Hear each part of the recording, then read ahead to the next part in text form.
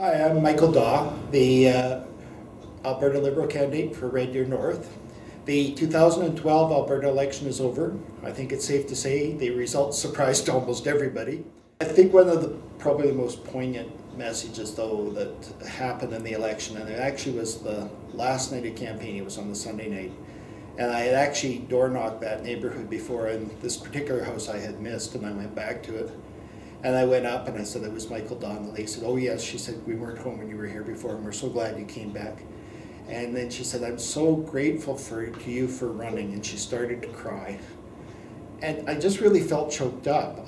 She said it was important to me that I ran. There were issues that were very important to her. Actually, I didn't hear what her issues were because she kept saying to me, well, you keep door knocking, you go meet as many people as possible. I'll talk to you about it later. But when you create or inspire or whatever, foster those very big feelings, it really moves you. It makes you say, well, yeah, I guess it is important, even if it's on a very individual basis that you run, that you present a set of ideas. I mean, some people hate them and they say, well, I can't disagree with you more. And that's fine, that's part of democracy.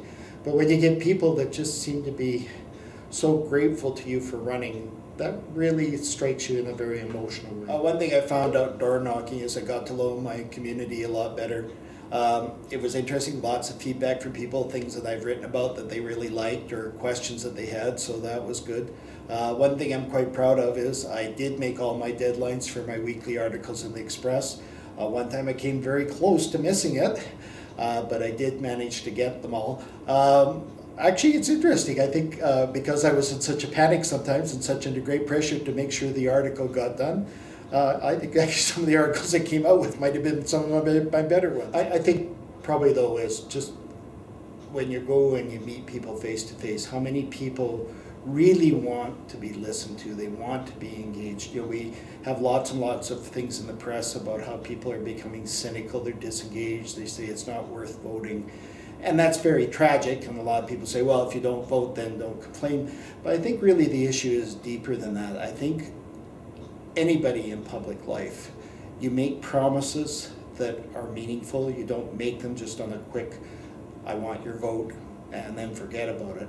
I think people want promises that mean something. I think they really want somebody who isn't there to tell them what they believe, but actually to listen to find out what people want you to know, and to hear their life stories, to hear what the problems have been, and to shape what you look at based on what you hear. And I think that's one of the most critical things, because as I say, we have a lot of disengaged people. We say it's an enormous problem, but I think we have to look at the root of it rather than trying to find some new glitzy gimmick off of whatever new social media and say, okay, we'll do that and that will get rid of all the problems. With the healthcare, probably one of the biggest issues is that with the creation of Alberta Health Services, a lot of things got over-centralized, removed it from the community, removed it from the front line. Another problem too is when you get that kind of system, we need a lot of innovation, we need a lot of out-of-the-box thinking. We do see some glimmers of that with the primary care networks, continuum of care for seniors, so there are some good ideas out there. But if an organization becomes over-centralized and over-bureaucratic, my experience from my many years in healthcare is that what happens is that it makes it very difficult to be innovative, to be flexible, to try new out-of-the-box thinking. And hopefully in the next 4 years we will be able to see some of those barriers break down, but it's a big challenge. Big systems have a lot of inertia, and it's hard to break down that inertia once it starts. I think too, I heard a lot of people genuinely saying that they're tired of campaigns that consist of mudslinging, nitpicking, people saying what they're against or trying to find little chinks in the armor of the other side as opposed to presenting what you're about. Because I did have a lot of people and quite legitimately said, okay, you say you don't like this or you think, that's wrong or that's wrong, but what's your solution? Don't just tell me what's wrong. What would you do to make it better?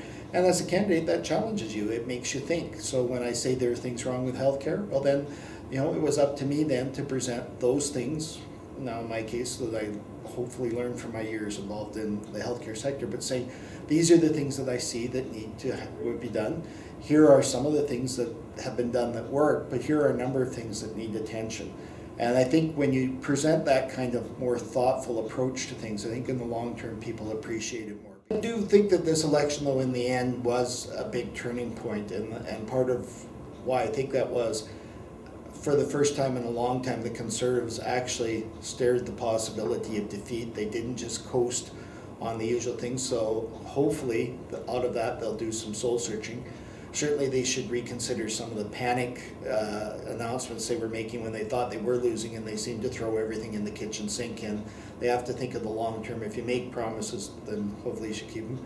I think the Wild Rose had to learn that that they were a number of things that they were saying that people did like, fiscal responsibility and things like that, but then they also got caught up in a lot of issues that Alberta has changed. We're become very diverse. We're actually a very tolerant province, despite what a lot of other people might think. And that people, when they make decisions, they make them on a very complex set of values and beliefs, that it isn't just a single wedge issue or a single thing that we do. And I apply that for the Liberals and the New Democrats and the Alberta Party too, that we need to come up with our sets of ideas. What are our core beliefs? What are our overall visions?